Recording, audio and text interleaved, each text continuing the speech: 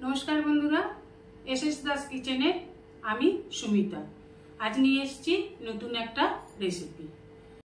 आजकेर रेसिपि मुरगिर मांसेर झोल आलू दिए।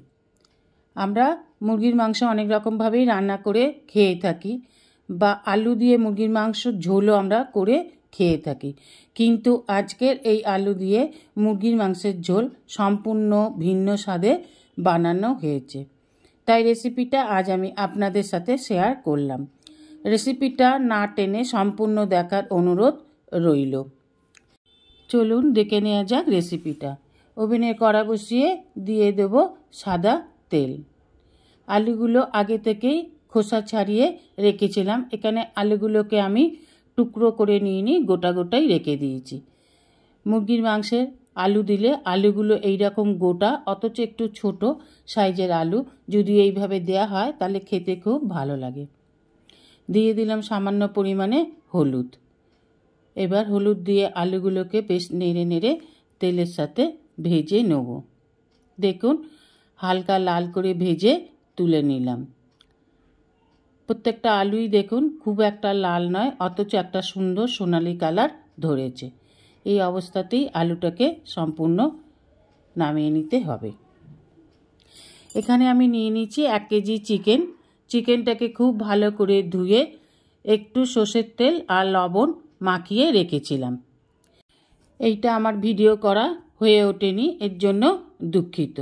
এইভাবে চিকেন রান্না করার আগে একটু সরষের তেল আর লবণ 1 ঘন্টার জন্য মাখিয়ে রেখে দিতে পারেন। এবার এই আলুর ভাজার তেলেই চিকেনটাকে একটু নেড়ে চেড়ে ভেজে নেব। সব চিকেনগুলোকেই একসাথে দিয়ে দেব। ভেজে নেব ঠিক কথা, কিন্তু এ নয় মাছ ভাজার মতন ভাজবো। এই তেলের মধ্যে চিকেনটাকে নেড়ে নেড়ে যখন চিকেনটা থেকে একটা সাদা রং আসবে তখন নেড়ে চেড়ে চিকেনটাকে নামিয়ে নিতে হবে। এবার মশলাগুলো বানিয়ে নেব। চিকেনটা ভাজতে ভাজতে নিয়ে নেব একটা মিক্সি জার। এতে নিয়ে নেব 10-12টা রসুন আর নিয়ে নেব একটু আদা কুচি। প্রথমে আদা রসুনটাকে পেস্ট করে নামিয়ে নিতে হবে। আদা আর রসুনটাকে পেস্ট করে নেব। এই মিক্সি জারেতেই নিয়ে নেব 2 চামচ গোটা জিরে, 2 চামচ গোটা ধনে। পরিমাণ মতন আপনারা আপনাদের পরিমাণ মতন নিয়ে নেবেন। আর নিয়ে নেব গোটা গরম মশলা, লবঙ্গ, ছোট এলাচ, দারচিনি। আর নিয়ে নেব 2টো তেজপাতা। তেজপাতা দুটোকে টুকরো করে কেটে নেব। গরম মশলার সাথে 2টো তেজপাতা পেস্ট করে দিলে খুব ভালো লাগে, স্মেলটাও খুব সুন্দর হয়। নিয়ে নিলাম 5-6টা কাঁচা লঙ্কা। ভালো রঙের জন্য নিয়ে নেব 4-5টা শুকনো লঙ্কা। এবার দিয়ে দেবো একটু জল। এবার ঢাকা দিয়ে একটা পেস্ট বানিয়ে নেব। আর এখানে আমি নিয়ে নিয়েছি 2টো টমেটো কেটে নিয়েছি। এই টমেটোটাকেও একটু পেস্ট করে নিলাম। মশলা আমার সব হয়ে গেছে। এবার চিকেনটাকে নেড়ে নেড়ে দেখুন চিকেন থেকে অনেক জল বেরিয়েছে। এই জলটাকে একটু শুকিয়ে নিতে হবে। চিকেন কিন্তু এইভাবে হালকা একটু ভেজে নিলে খুব তাড়াতাড়ি সিদ্ধ হয়ে যায় আর ছিপা হয় না। অনেক সময় দেখবেন চিকেন এমন ছিপা হয়ে যায় যে খাওয়া যায় না। এইভাবে একটু তেলের সাথে একটু ভাজা ভাজা করে নিলে কিন্তু চিকেন খুব তাড়াতাড়ি সিদ্ধ হয়ে যায়। দেখুন আমি এখানে মাছ ভাজার মতন ভাজলাম না, কিন্তু চিকেনে একটা সাদা রং ধরে নিয়েছে। চিকেনের যে জলটা ছিল সবটাই রিলিজ হয়ে গেছে। এবার আমি চিকেনগুলোকে আস্তে আস্তে তুলে নেব।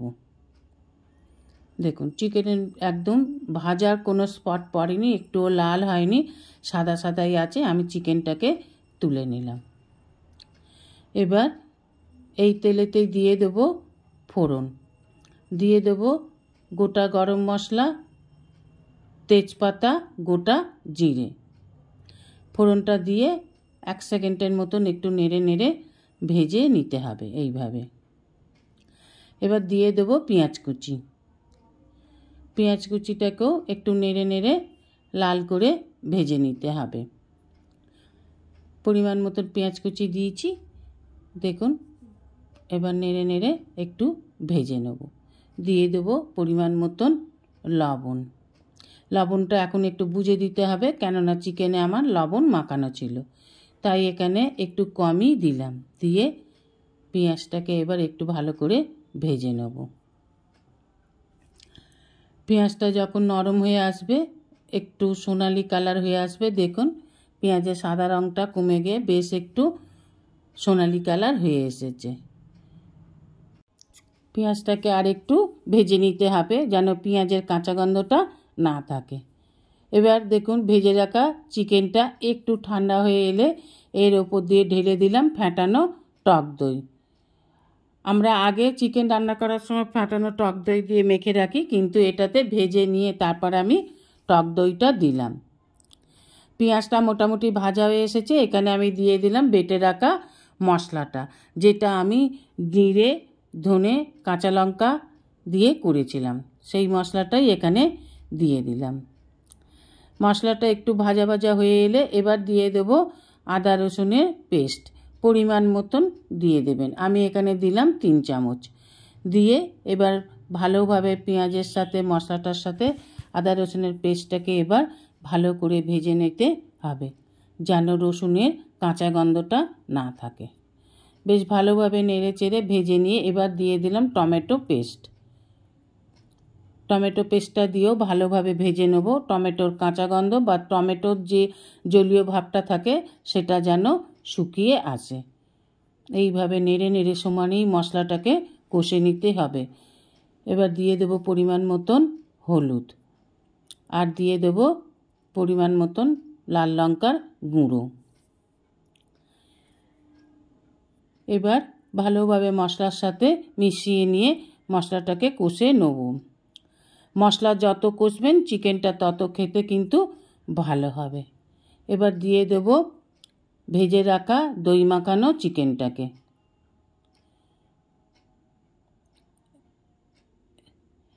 ভালোভাবে চিকেনটাকে এই মশলার সাথে কষে নেব। নেড়ে নেড়ে মশলার সাথে চিকেনটাকে ভালোভাবে কষে নিতে হবে। দেখুন খুব ভালোভাবে মিশিয়ে নিলাম।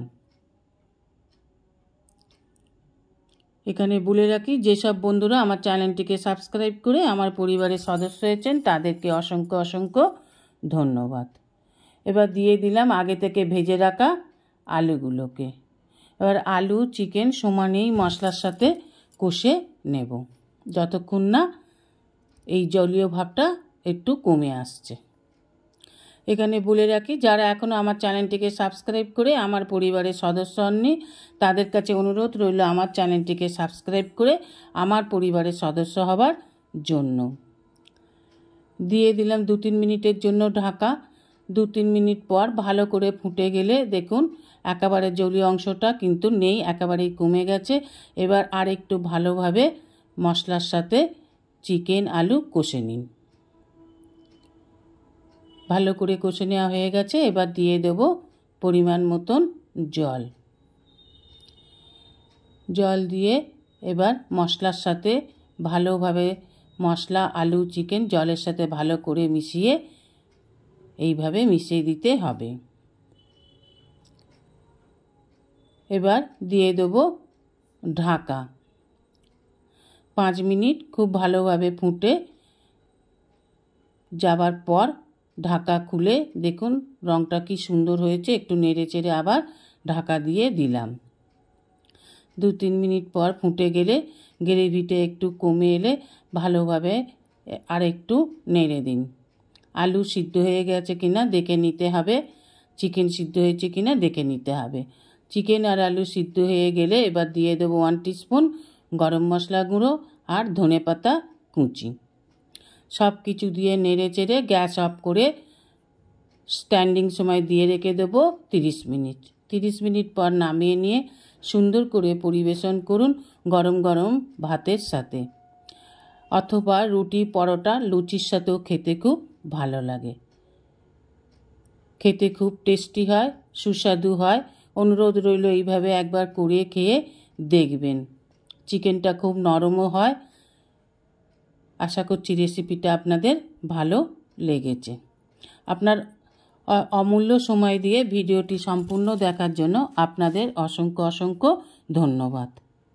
রেসিপিটা ভালো লাগলে অবশ্যই একটা লাইক, কমেন্ট, সাবস্ক্রাইব করার অনুরোধ রইল। পাশে থাকা বেল আইকনটিতে ক্লিক করে দেবেন নিউ ভিডিওর আপডেট যাতে সবার আগে আপনার কাছেই পৌঁছে যায়। নমস্কার, আজ এই পর্যন্তই। আবার দেখা হবে নতুন একটা রেসিপির সাথে নতুন একটা দিনে। ভালো থাকবেন, সুস্থ থাকবেন, সঙ্গে থাকবেন। নমস্কার।